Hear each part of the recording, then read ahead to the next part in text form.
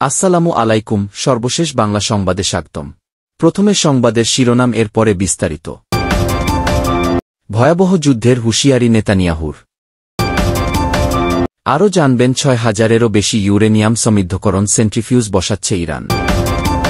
সে সাথে আরও জানবেন ট্রাম্প এখন নিরাপদ নন, আশা করি সতর্ক থাকবেন বলেছেন পুতিন। সংবাদ শেষে থাকবে ধেয়ে আসছে ঘূর্ণিঝড় ফেনজাল। শুনছিলেন গুরুত্বপূর্ণ সংবাদ শিরোনাম, এখন বিস্তারিত। ইরান সমর্থিত লেবাননের সশস্ত্র গোষ্ঠী হিজবুল্লাহ ও ইসরায়েলের মধ্যে যুদ্ধবিরতি শুরুর পর প্রথমবারের মতো সাক্ষাৎকার দিয়েছেন ইসরায়েলি প্রধানমন্ত্রী বেনিয়ামিন নেতানিয়াহু। বৃহস্পতিবার ২৮ নভেম্বর দেওয়া সাক্ষাৎকারে নেতানিয়াহু হিজবুল্লাহকে কড়া সতর্কবার্তা দিয়েছেন। টাইমস অব ইসরায়েলের নেতানিয়াহু বলেছেন, হিজবুল্লাহ যদি কোনো ধরনের চুক্তি লঙ্ঘন করে তাহলে ভয়াবহ যুদ্ধ হবে। ইসরায়েলি প্রধানমন্ত্রী জানান, আমি প্রতিরক্ষা বাহিনীকে নির্দেশনা দিয়েছি যে যদি কোনো চুক্তির লঙ্ঘন হয় তাহলে সার্জিক্যাল অভিযানের থেকেও ভয়াবহ জবাব দেওয়া হবে। তবে যুদ্ধবিরতি স্বল্প সময়ের জন্য হতে পারে বলে চ্যানেল ১৪কে দেওয়া সাক্ষাৎকারে উল্লেখ করেছেন নেতানিয়াহু। এছাড়া তিনি বলেছেন, ইসরায়েল প্রথম দিন থেকেই যুদ্ধবিরতি কার্যকর করেছে। এদিকে যুদ্ধবিরতির মধ্যেই লেবাননে হামলার অভিযোগ উঠেছে ইসরায়েলের বিরুদ্ধে। লেবানন ইসরায়েলি সেনার বিরুদ্ধে গুলি চালানো এবং রকেট হামলার অভিযোগ এনেছে। লেবাননের অভিযোগ, অন্তত ৬টি জায়গায় ইসরায়েল হামলা করেছে। ডয়চে ভেলে জানিয়েছে, যুক্তরাষ্ট্র ও ফ্রান্সের মধ্যস্থতায় হিজবুল্লাহ এবং ইসরায়েলের যে চুক্তি হয়েছে তাতে ৬০ দিনের মধ্যে ইসরায়েলের সেনাকে লেবানন ছেড়ে চলে যেতে হবে। লেবাননের সেনা হিজবুল্লাহ অধ্যুষিত অঞ্চলগুলিতে মোতায়েন থাকবে। কোনো পক্ষই অন্য পক্ষের উপর আক্রমণ চালাবে না। ইউরেনিয়াম সমৃদ্ধকরণ প্ল্যান্টগুলোতে ৬,০০০-এরও বেশি ইউরেনিয়াম সমৃদ্ধ সেন্ট্রিফিউজ বসানোর পরিকল্পনা করছে ইরান। ইতিমধ্যে যেসব সেন্ট্রিফিউজ রয়েছে সেগুলোও পুনরায় সংযুক্ত করার পরিকল্পনা রয়েছে। ইরান জাতিসংঘের পরমাণু পর্যবেক্ষণ সংস্থাকে কথা জানিয়েছে।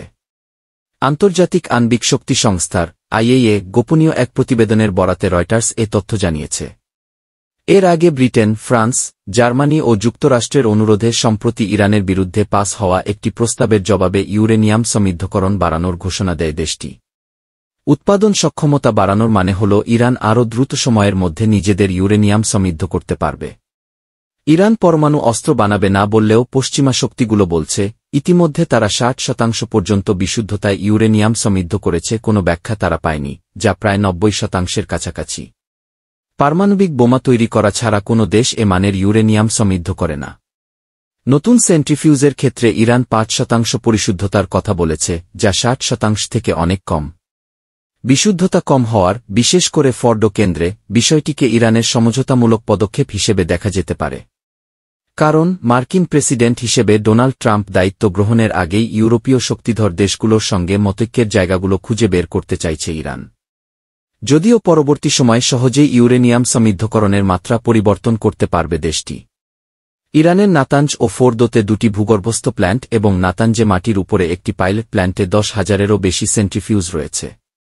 প্রতিবেদন অনুযায়ী নতুন করে ১৬০-টিরও বেশি মেশিনের আরও ৩২টি ক্যাসকেড বা ক্লাস্টার এবং ১,১৫২টি উন্নত IR-৬ মেশিনের বিশাল ক্যাসকেড স্থাপনের পরিকল্পনার রূপরেখা দেওয়া হয়েছে। গত সপ্তাহে আন্তর্জাতিক আণবিক শক্তি সংস্থার বোর্ড অব গভর্নর্সের বৈঠকের আগে ইরান প্রস্তাব দিয়েছিল তারা ইউরেনিয়াম সমৃদ্ধকরণের মাত্রা ৬০%-এর মধ্যে সীমিত রাখবে। তবে এজন্য বোর্ড অব গভর্নর্সকে শর্ত দিয়েছিল ইরান। দেশটির বিরুদ্ধে প্রস্তাব পাস না করার শর্ত ছিল। এদিকে সম্প্রতি ইরানের পররাষ্ট্র মন্ত্রণালয়ের টেলিগ্রাম চ্যানেলে পোস্ট করা বিবৃতিতে বলে, ইরানের পরমাণু শক্তি সংস্থার প্রধান বিভিন্ন ধরনের উল্লেখযোগ্য সংখ্যক নতুন উন্নত সেন্ট্রিফিউজ স্থাপনসহ যথাযথ ব্যবস্থা গ্রহণের নির্দেশ দিয়েছেন।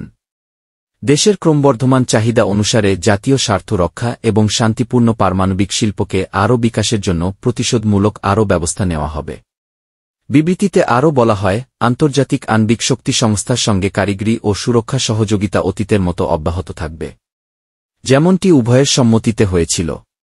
আন্তর্জাতিক আইনি নীতি ও মানদণ্ডের ভিত্তিতে সংশ্লিষ্ট পক্ষগুলোর সঙ্গে গঠনমূলক সম্পৃক্ততার জন্য তেহরান ভালোভাবে প্রস্তুত রয়েছে। মহান ইরানি জাতির অধিকার ও স্বার্থ রক্ষা এবং শান্তিপূর্ণ উদ্দেশ্যে পরমাণু কর্মসূচি গড়ে তোলার নীতি অনুসরণে ইরান অবিচল রয়েছে। যুক্তরাষ্ট্রের নবনির্বাচিত প্রেসিডেন্ট ডোনাল্ড ট্রাম্প নিরাপদ নন বলে মনে করেন রাশিয়ার প্রেসিডেন্ট ভ্লাদিমির পুতিন। সেই সঙ্গে ট্রাম্পকে নিরাপদে থাকারও পরামর্শ দিয়েছেন তিনি। কাজাখস্তানের রাজধানী আস্তানায় 2 দিনের কালেকটিভ সিকিউরিটি ট্রিটি অর্গানাইজেশনের সিএসটিও শীর্ষ সম্মেলন শেষে স্থানীয় সময় বৃহস্পতিবার 28 নভেম্বর এক সংবাদ সম্মেলনে পুতিন এ মন্তব্য করেন। পুতিন জানান, মার্কিন নির্বাচনী প্রচারণা যেভাবে হয়েছে তাতে তিনি বিস্মিত। পুতিন মনে করেন, ট্রাম্পের বিরুদ্ধে লড়াইয়ের জন্য একেবারেই অসভ্য পদ্ধতি ব্যবহার করা হয়েছে, যার মধ্যে বারবার হত্যার চেষ্টাও রয়েছে। যুক্তরাষ্ট্রের ইতিহাসে বহু ঘটনা ঘটেছে উল্লেখ করে পুতিন বলেন, আমার মতে ট্রাম্প এখন নিরাপদ নন। রাশিয়ার প্রেসিডেন্ট ট্রাম্পকে একজন অভিজ্ঞ ও বুদ্ধিমান রাজনীতিবিদ হিসেবে প্রশংসা করে বলেন, তিনি আশা করেন নবনির্বাচিত প্রেসিডেন্ট সতর্ক থাকবেন এবং বিষয়টি বুঝবেন। গত 13 জুলাই পেনসিলভানিয়ার বাটলারে এক নির্বাচনী সমাবেশে ট্রাম্প হত্যাচেষ্টা থেকে বেঁচে যান। প্রায় 150 মিটার দূর থেকে ছোড়া একটি গুলি তার কান ঘেঁষে বেরিয়ে যায়। গত সেপ্টেম্বরে ফ্লোরিডায় ট্রাম্পের একটি গলফ কোর্সে হামলা চালানোর অভিযোগে রায়ান রাউথ নামের একজনকে গ্রেপ্তার করা হয়। এছাড়া সম্প্রতি যুক্তরাষ্ট্রের ফেডারেল কর্তৃপক্ষ অ্যারিজোনার এক ব্যক্তিকে গ্রেপ্তার করেছে, যিনি ফেসবুকে ধারাবাহিক ভিডিও ছেড়ে ট্রাম্প ও তার পরিবারকে হত্যার হুমকি দিয়ে আসছিলেন। পুতিন জানান, তিনি আরও অবাক হয়েছেন যে ট্রাম্পের রাজনৈতিক বিরোধীরা রিপাবলিকানের পরিবার ও সন্তানদেরও টার্গেট করেছে। তিনি এ ধরনের আচরণকে বিদ্রোহী এবং মার্কিন রাজনৈতিক ব্যবস্থার পতনের ইঙ্গিত বলে অভিহিত করেন। পুতিন বলেন, এমনকি অপরাধী গোষ্ঠীগুলোও এ ধরনের পদ্ধতি অবলম্বন করে না। রুশ প্রেসিডেন্ট জানান, বাইডেন প্রশাসন রাশিয়ার সঙ্গে ট্রাম্পের সম্পর্কের ক্ষেত্রে জটিলতা সৃষ্টির চেষ্টা করছে, এমন সম্ভাবনা তিনি উড়িয়ে দিতে পারছেন না। পুতিন জোর দিয়ে বলেন, মস্কো যুক্তরাষ্ট্রের সঙ্গে সংলাপের জন্য প্রস্তুত, ভবিষ্যৎ প্রশাসনের সঙ্গেও। চলতি সপ্তাহের শেষে বঙ্গোপসাগরে অবস্থান করা একটি লঘুচাপ ঘনীভূত হয়ে একটি ঘূর্ণিঝড়ে রূপ নিতে পারে বলে আশঙ্কা করছেন আবহাওয়াবিদরা। ঘূর্ণিঝড়টি সৃষ্টি হলে সৌদি আরবের দেওয়া নামানুসারে এর নাম হবে ফেঞ্জাল। তবে তারা বলছেন, লঘুচাপ ঘূর্ণিঝড়ে রূপ নিলেও তা বাংলাদেশে আঘাত হানার সম্ভাবনা কতটুকু তা এখনও স্পষ্ট নয়। দক্ষিণ বঙ্গোপসাগরে মৌসুমের স্বাভাবিক লঘুচাপ অবস্থান করছে, যার বর্ধিতাংশ উত্তর বঙ্গোপসাগর পর্যন্ত বিস্তৃত রয়েছে বলে জানিয়েছে আবহাওয়া অধিদপ্তর। অবশ্য ঘূর্ণিঝড়ের প্রভাবে খুলনা, বরিশাল ও চট্টগ্রাম বিভাগে বৃষ্টিপাতের আশঙ্কা রয়েছে। এর আগে আবহাওয়াবিদ মোস্তফা কামাল পলাশ তার ফেসবুক পোস্টে জানিয়েছিলেন, 24 থেকে 28 নভেম্বরের মধ্যে এই ঘূর্ণিঝড় সৃষ্টি হতে পারে। এই ঘূর্ণিঝড় সরাসরি পশ্চিম দিকে অগ্রসর হয়ে ভারতের তামিলনাড়ু রাজ্য ও শ্রীলঙ্কার উপর আঘাত করার আশঙ্কা রয়েছে। এর সম্ভাব্য প্রভাবে বাংলাদেশের খুলনা, বরিশাল ও চট্টগ্রাম বিভাগে বৃষ্টিপাতের আশঙ্কা রয়েছে। আবহাওয়া অধিদপ্তর বলছে, খুলনা, বরিশাল ও চট্টগ্রাম বিভাগের 2-1 জায়গায় হালকা বৃষ্টি হতে পারে। সেই সঙ্গে দক্ষিণ পশ্চিম বঙ্গোপসাগর এলাকায় সৃষ্ট গভীর নিম্নচাপের কারণে চট্টগ্রাম, কক্সবাজার, পায়রা ও মোংলা সমুদ্রবন্দরকে 1 নম্বর দূরবর্তী সতর্কতা সংকেত দেখাতে বলা হয়েছে। ভারতের আবহাওয়া অফিস জানিয়েছে, শুক্রবার 29 নভেম্বর দুপুরের তামিলনাড়ুর চেন্নাই থেকে 770 কিলোমিটার দক্ষিণ পূর্বে অবস্থান করছে ঘূর্ণিঝড় ফেঞ্জাল। আগামী 12 ঘণ্টার মধ্যে তা আছড়ে পড়তে পারে। আগামী দুদিনে তামিলনাড়ুর উপকূল হয়ে ফেঞ্জাল উত্তর পশ্চিমে শ্রীলঙ্কার উপকূলের দিকে এগিয়ে যাবে। ঘূর্ণিঝড়ের প্রভাবে তামিলনাড়ু, পুদুচেরিতে ভারী থেকে অতি ভারী বৃষ্টিপাতের পূর্বাভাস জারি করা হয়েছে।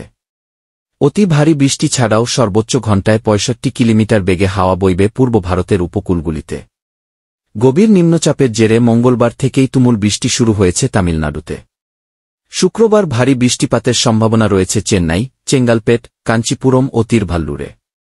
আর শুক্রবার ভারী থেকে অতি ভারী বৃষ্টি হতে পারে চেন্নাই, ময়লাদুথুরাই, তিরুভারুর, নাগাপট্টিনম, তিরুভাল্লুর, কাঞ্চিপুরম, চেঙ্গলপেট এবং কাড্ডালোর জেলায়। এই 8 জেলায় শুক্রবার থেকে স্কুল কলেজ বন্ধ রাখা হয়েছে। ঘূর্ণিঝড় ফেঞ্জালের এর দাপটে তামিলনাড়ুতে প্রবল দুর্যোগের আশঙ্কায় এরই মধ্যে উচ্চ পর্যায়ের বৈঠক করেছেন মুখ্যমন্ত্রী M.K. স্ট্যালিন। দুর্যোগ মোকাবিলায় মোতায়েন রাজ্য ও বিপর্যয় মোকাবিলা বাহিনীর একাধিক দল। রাজ্য জুড়ে তৈরি রয়েছে 16শ'র বেশি ত্রাণ কেন্দ্র।